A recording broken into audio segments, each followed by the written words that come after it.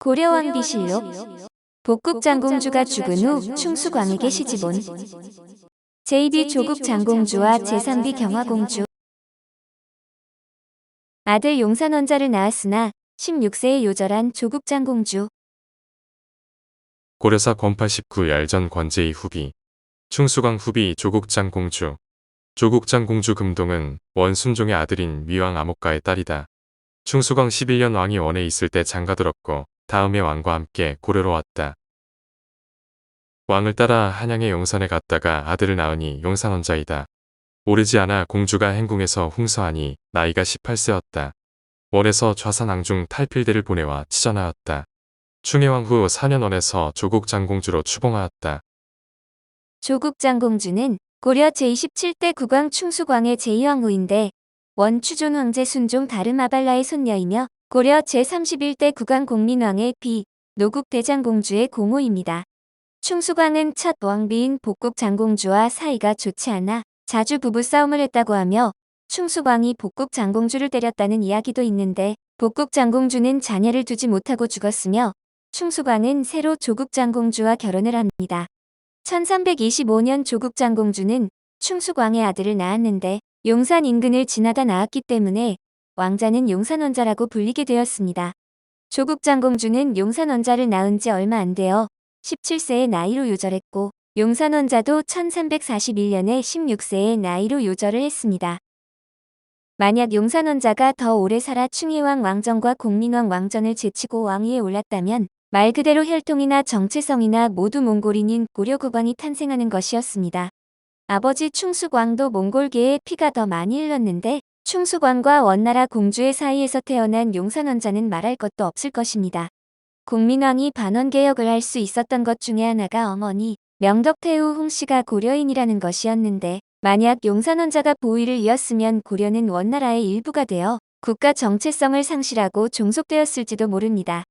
이후 충수광은 또 다시 원나라 공주인 경화공주와 새로 결혼하지만 경화공주와의 사이에서도 자녀를 두지 못하고 죽어서 고려인인 덕비 홍씨와의 사이에서 낳은 아들인 왕정이 대를 잇게 됩니다.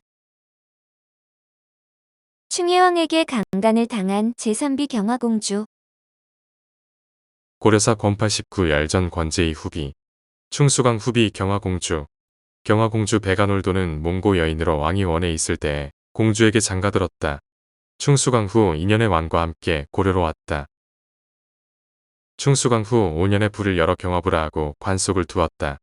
왕이 흥서하고 충해왕이 두 번 공주에게 영안궁에서 잔치를 베풀자 공주도 또한 충해왕을 맞이하여 잔치를 열었다.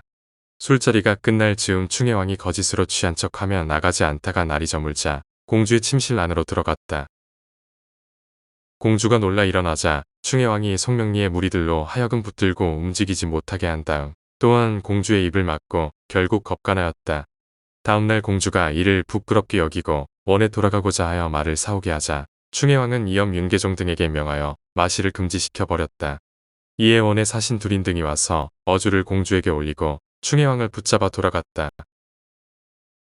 공주는 찬성사 정청기를 정동성에 가두고 그로 인하여 김지겸을 권정동성으로 김자를 제주도첨의 사사로 임명하였다. 충해왕 보기 5년에 흥서하자 예를 갖추어 장사 지냈다. 공민왕 16년 원에서 숙공휘령 공주라는 시호를 추증하였다. 경화공주는 충수광의 제3비인데 원나라의 공주로 이름은 바야누트이며 사후 원나라에서 숙공휘령공주라는 시호를 주었습니다. 고려로 시집온 다른 원나라 황족 출신 왕비들과 달리 가계에 대한 기록이 명확하지 않은데 공주라는 호칭은 황금시족 여성 황족에게 주는 호칭이라 경화공주도 몽골 황실의 일원으로 추정됩니다. 반면 충수광의 생모인 의비 예수지는 호칭이 공주가 아닌 비인 점을 볼 때 몽골인이기는 하지만 황족은 아니었던 것으로 보입니다. 경화공주란 호칭은 제국대장공주가 원성공주로 책봉되었듯 고려에서 내려준 것으로 추정되며 사후에 숙공휘령공주라는 시호로 봉해진 것을 보아 쿠빌라이 칸의 후손 중 세가 약했던 일족 출신으로 추정됩니다. 경화공주는 충수광이 복국장공주와 조국장공주에 이어 세 번째로 맞아들인 원나라 출신 왕비인데 복국장공주는 충수광과 사이가 좋지 않아 자녀를 두지 못하다가 일찍 죽었습니다. 그 후 새로 결혼한 조국장공주는 아들 용산원자를 낳자마자 죽었는데 당시 고려는 원나라의 부마국이라 충수광은 원나라 공주를 또 다시 왕비로 맞이하게 됩니다. 그러나 충수광은 3명의 몽골인 왕비들에게서 후사를 두지 못한 채 세상을 떠났기 때문에 고려인 덕비 홍씨에게서 태어난 장남 왕정이 왕위를 물려받게 됩니다.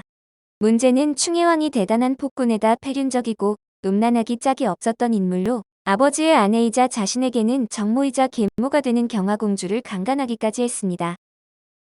1339년 8월 8일 충혜왕이 먼저 경화공주를 위해 잔치를 열어주었고 그 답례로 경화공주도 충혜왕을 초대해 잔치를 열었는데 잔치가 끝난 후 충혜왕은 침실로 향하는 경화공주를 쫓아갔습니다.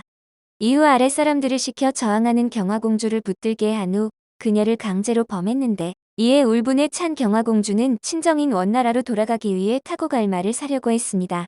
그러나 충혜왕이 이를 알아채고 마실을 열지 못하게 해서 경화공주는 친정으로 돌아가지 못하고 고려의 발이 묶이게 되었다고 합니다.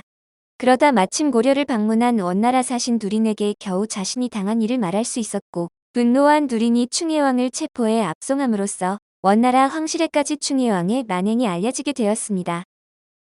다음에 충혜왕은 풀려나 복위하게 되었지만 훗날 충혜왕은 고용보와 기철을 위시한 부원배들의 청원으로 고려 왕위에서 쫓겨나 원나라 남쪽 변방인 계양현으로 귀양을 가게 되었습니다.